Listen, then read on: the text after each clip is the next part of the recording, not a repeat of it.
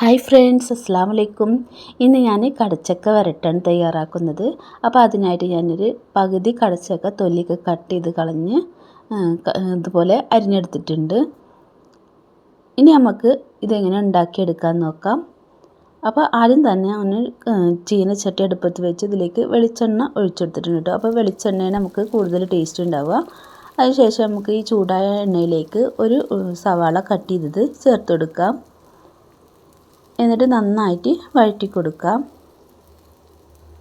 ഈ സവാളയിലേക്ക് നമുക്ക് കുറച്ച് ഉപ്പും കൂടിയും ചേർത്ത് കൊടുക്കുക. അപ്പോൾ നമുക്ക് ഈ സവാള പെട്ടെന്ന് വാടിക്കിട്ടും കേട്ടോ. അപ്പോൾ പൊടിയുപ്പാണ് ഞാൻ ചേർത്തിട്ടുള്ളത്. ഇനി നന്നായിട്ട് നമുക്ക് ഇത് വാട്ടിയെടുക്കാം.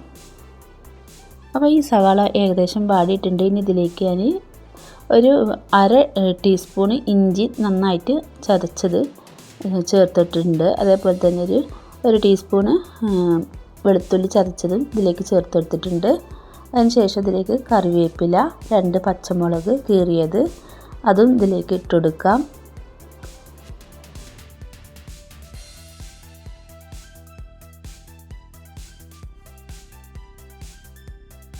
ഒരു തക്കാളി കട്ട് ചെയ്ത് ഇതിലേക്ക് ചേർത്ത് കൊടുക്കാം. വീണ്ടും നന്നായിട്ട് വഴറ്റാം. ഇനി ഇതിലേക്ക് ഞാൻ പെരുംജീരകം പൊടിച്ചത്, അതേപോലെ തന്നെ കുരുമുളക് പൊടിച്ചത് അതും ഇതിലേക്ക് ഞാൻ ചേർത്ത് കൊടുക്കുന്നുണ്ട്.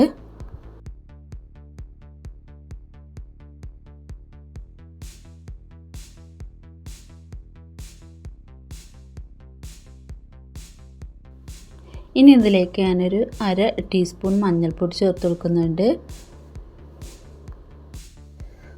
അര ടീസ്പൂൺ മുളക് പൊടി ഞാൻ ഇതിലേക്ക് ചേർത്ത് കൊടുക്കുന്നുണ്ട്. ഒരു ടീസ്പൂൺ നിറച്ച് നമുക്ക് മല്ലിപ്പൊടി ചേർത്ത് കൊടുക്കാം. അപ്പോൾ എരിവിനനുസരിച്ചിട്ട് നമുക്ക് മുളക് പൊടി കൂട്ടും കുറക്കുകയും ചെയ്യാം കേട്ടോ. ഞാൻ പച്ചമുളകും അതേപോലെ കുരുമുളക് പൊടിയൊക്കെ ചേർത്തുകൊണ്ട് ഞാൻ അര ടീസ്പൂൺ മുളക് പൊടി മാത്രമേ ചേർത്തിട്ടുള്ളൂ. അതേപോലെ തന്നെ മല്ലിപ്പൊടി നമുക്ക് ഒരു ടീസ്പൂൺ നിറച്ച് വേണം കേട്ടോ. കുറഞ്ഞാൽ അത്ര വലിയ ടേസ്റ്റ് ഉണ്ടാവില്ല, കാരണം ബീഫ് വെക്കണ പോലെയല്ലേ നമ്മളിത് വെക്കണത്. ഇനി ഇതിലേക്ക് ഞാൻ കടച്ചക്ക കട്ട് ചെയ്തത് ഇതിലേക്ക് ഇട്ട് കൊടുക്കുന്നുണ്ട്. ഇനി നമുക്കിത് നന്നായിട്ട് ഇളക്കി മിക്സ് ചെയ്യാം. ഇത് വേവാനുള്ള വെള്ളം കൂടി നമുക്ക് ഒഴിച്ചു കൊടുക്കാം.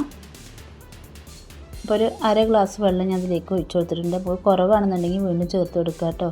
അപ്പോൾ ഒരു 3/4 ഗ്ലാസ് വെള്ളം ഞാൻ ഇതിലേക്ക് ഒഴിച്ചിട്ടുണ്ട്. ഇനി ഞാൻ ഇതൊന്ന് മൂടി വെച്ചിട്ട് വേവിക്കട്ടെ.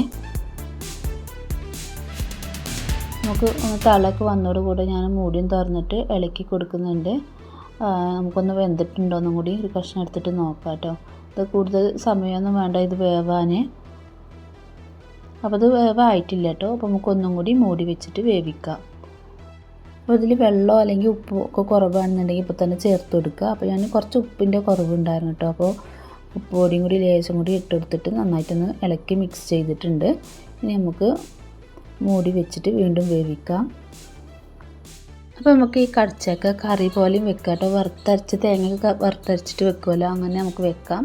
പിന്നെ ഇതുപോലെ ബീഫ് വരട്ടണ പോലെ അതുപോലെയും വരട്ടാം. അതേപോലെ ഇതിൽ ഗരം മസാല വേണമെന്നുണ്ടെങ്കിൽ അതൊക്കെ ചേർത്ത് കൊടുക്കാം കേട്ടോ. അപ്പോൾ നമ്മുടെ കടച്ചക്ക വരട്ടിയത് ഇവിടെ റെഡി ആയിട്ടുണ്ട്. ഇനി ഇത് ഫ്ലെയിം ഓഫ് ചെയ്തതിന് ശേഷം നമുക്ക് കുറച്ച് വെളിച്ചെണ്ണ ഇതിൻ്റെ മീതെ ഒഴിച്ചെടുക്കാം. അപ്പോൾ ഈ കടച്ചക്ക വരട്ടി നമുക്ക് ചോറിൻ്റെ കൂടെ മാത്രമല്ല കേട്ടോ, ചപ്പാത്തി അതേപോലെ പൊറാട്ട അതിൻ്റെയൊക്കെ കൂടെയൊക്കെ നല്ല ടേസ്റ്റാണ്. അപ്പോൾ വീഡിയോ എടുത്തുകൊണ്ടിരിക്കുന്നതിൻ്റെ ഇടയിൽ കറണ്ട് പോയതാണ്. അപ്പോൾ നിങ്ങൾക്ക് എൻ്റെ ഒരു വീഡിയോ ഇഷ്ടമായെന്ന് കരുതുന്നു. വീഡിയോ ഇഷ്ടപ്പെട്ടാൽ ലൈക്ക് ചെയ്യുക, ഷെയർ ചെയ്യുക, സബ്സ്ക്രൈബ് ചെയ്യുക. ഇൻഷാ അല്ലാഹ് മറ്റൊരു വീഡിയോയുമായി വീണ്ടും വരാം. അസ്സലാമു അലൈക്കും. Thank you.